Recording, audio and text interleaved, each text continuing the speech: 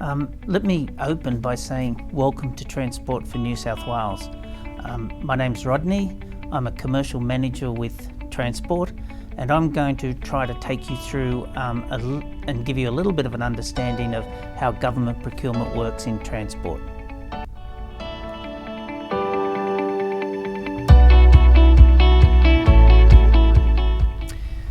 I assume that most of you have worked in a number of places before you've come to Transport. One of the things about different organisations is they do their internal and external procurement differently. Now you're in government, and particularly in Transport, you'll get to understand that it's a very regulated environment in relation to procurement. Some of the things that you need to be aware of is, apart from the need for ethics and probity, that there are some rules around government procurement that are regulated by legislation.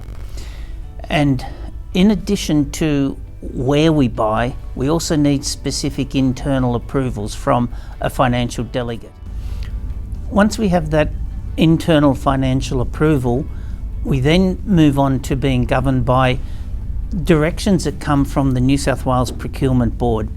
What I'm going to try to do now is give you an overview of how you'll proceed within Transport on getting those things underway.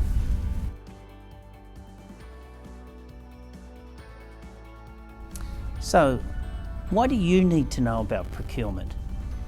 Well, most of our work is around individual projects. Those projects are generally starting from scratch. To get them underway, you're going to need from time to time materials, you're going to need resources, and you're probably going to need external help, design, engineering, architectural. The need to involve yourself in procurement will touch each of you during each project that you're involved in. The New South Wales Government has put in place pre-qualification schemes to make a level playing field for small to medium enterprises, as well as being available to the larger enterprises. Transport has mandated that we use those pre-qualification schemes. Now, on our Transport intranet, there's an easy reference guide in relation to how you go about this. The initial guidelines relate to how much you're going to spend. So for a spend over $30,000 and up to $150,000, and that $150,000 includes GST, we need to get one quote from a pre-qualified supplier list.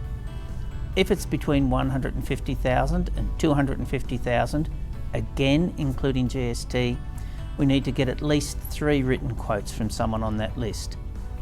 If it's over $250,000, then we have to move it off to a specialised procurement area within Transport, that's Transport Shared Services. One further aspect is the requirement for transparency.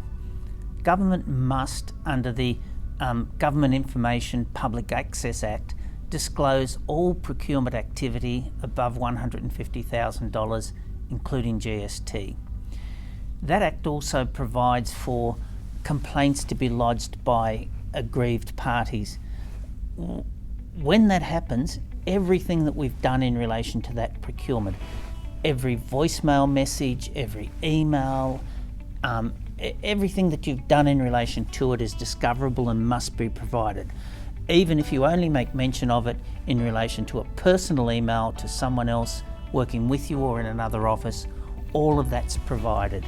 So you really do need to be careful. So you're new to Transport. How do you get something underway? Where do I point you to? Well, it's not quite that easy. I've been doing this for a long time, and I've got to tell you, there are highways, byways, pathways, trails, and the intricacies, they're not necessarily black box, but they do take a bit of navigating. The easy answer is ask me. Ask me or someone like me. You might not know who to contact at first. Ask your manager, ask your director. They'll put you on to, as I said, me or someone like me.